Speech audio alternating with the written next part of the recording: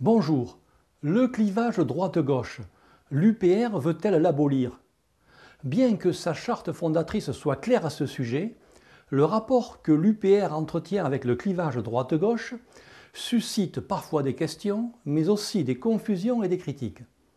Certains des internautes qui découvrent l'UPR refusent d'admettre que nous puissions réellement ne pas nous situer dans l'un ou l'autre camp et nous soupçonnent donc d'arrière-pensée. C'est pourquoi il est utile d'expliciter davantage ce point. L'UPR ne prétend pas abolir le clivage droite-gauche. Elle ne prétend pas davantage le transcender, comme le proposent certains partis politiques souverainistes. D'ailleurs, voudrions-nous faire disparaître ou nier l'existence de ce clivage, il ne continuerait pas moins de s'exprimer dans la vie politique et sociale. Ce clivage existe bel et bien et il va continuer d'exister. Expliquer pourquoi il en est ainsi serait trop long et hasardeux, mais disons que l'opposition droite-gauche et centre, si l'on veut, a pour origine principale des théories différentes et concurrentes sur la nature humaine, les relations entre individus et l'organisation souhaitable de la société. On trouve des manifestations de ce clivage tout au long de l'histoire, avec bien sûr des spécificités propres aux lieux et aux époques. On trouve également dans à peu près toutes les civilisations ce clivage des sociétés humaines car il correspond, schématiquement, à deux tendances spontanées de l'être humain. D'un côté, ceux qui privilégient le respect des traditions, la conservation de l'identité, le respect de l'autorité, des hiérarchies et des pouvoirs en place, et de l'autre côté, ceux qui privilégient l'innovation, l'attrait pour le changement, la soif d'égalité, la remise en cause de l'autorité et des pouvoirs en place. On ne peut faire correctement de la politique qu'en prenant en compte la réalité. Or, le clivage droite-gauche fait partie du réel. L'UPR ne le déplore pas, cette opposition a du sens, ce n'est pas un trait culturel dont on pourrait se libérer par la volonté. Il y a une grande diversité d'origines politiques parmi les adhérents de l'UPR.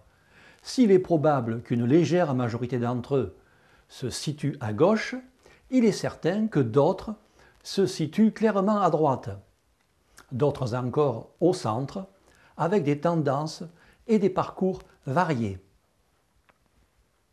D'autres enfin ne se sentent pas à l'aise avec ce clivage ou n'éprouvent pas le besoin de se positionner sur le spectre politique. Nous ne faisons pas semblant que le clivage droite-gauche n'existe pas, nous savons que nous sommes en désaccord sur bien des sujets et que si nous cheminons ensemble, c'est uniquement parce que la France est dans une situation de danger exceptionnel. Nous considérons que les clivages politiques cessent d'avoir de la pertinence quand ils n'existent que superficiellement et ne se manifestent que sur des sujets secondaires qui peuvent être importants, mais qui ne le sont pas autant que les conditions d'existence de base de la démocratie et de la liberté du peuple à disposer de lui-même. Si les prémices essentielles, c'est-à-dire la souveraineté, l'indépendance, la démocratie, ne sont pas satisfaites, il ne sert à rien de s'écharper sur des orientations politiques qui de toute façon ne verront pas le jour. Le clivage droite-gauche est stérile lorsque les représentants officiels de la gauche et de la droite sont tous soit européistes, favorables à l'Union européenne, soit alter-européistes, c'est-à-dire favorables à une autre Europe, à changer l'Europe, et qu'ils approuvent par conséquent la disparition de la souveraineté populaire, de l'indépendance nationale et de la démocratie. Ce qui réunit les adhérents de l'UPR, c'est que nous refusons cette situation. Il n'est pas question pour nous d'accepter l'asservissement du peuple français et de regarder les bras croisés la montée en puissance de la dictature euro-atlantiste. L'UPR se définit donc comme un mouvement de libération nationale. C'est un rassemblement de tous les Français qui veulent reconquérir leur souveraineté et leur indépendance. Une fois que nous aurons libéré la France des puissances politico-financières qui veulent la domestiquer, Et après que nous aurons mis en œuvre notre programme pour empêcher ces forces de reprendre un jour ce pouvoir qui ne doit appartenir qu'au peuple souverain, chacun retournera à sa famille politique et défendra le projet de société qu'il souhaite voir mis en œuvre. Le clivage droite-gauche se redéploiera naturellement, cette fois-ci dans un cadre clair et pertinent. Ce qui caractérise les adhérents de l'UPR, c'est que, quelles que soient leurs opinions politiques, ils cohabitent en connaissance de cause dans un esprit de fraternité républicaine. Cette maturité politique et ce sens des responsabilités se concrétisent au quotidien par un esprit d'équipe, de l'inventivité et du dynamisme, ce dont nous sommes fiers. Nous ne faisons pas semblant de ne pas avoir des désaccords. Nous savons qu'ils sont toujours là. Certains de ces désaccords sont très vifs, mais nous choisissons de les mettre temporairement de côté, le temps de rétablir la démocratie.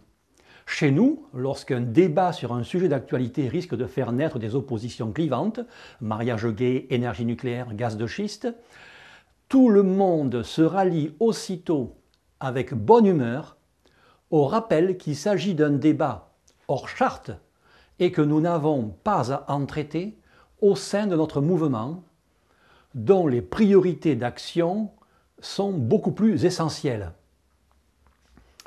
Comme le dit notre slogan, l'UPR, c'est l'union du peuple pour rétablir la démocratie. Tous ceux qui ont adhéré à l'UPR découvrent rapidement que ce n'est pas seulement un slogan, c'est la réalité. Si vous voulez comprendre enfin et pour de bon ce qui se passe en France et dans l'Union européenne, je vous invite à retrouver nos analyses détaillées et parfaitement sourcées, ainsi que notre programme complet sur le site upr.fr, le site de parti politique le plus consulté de France.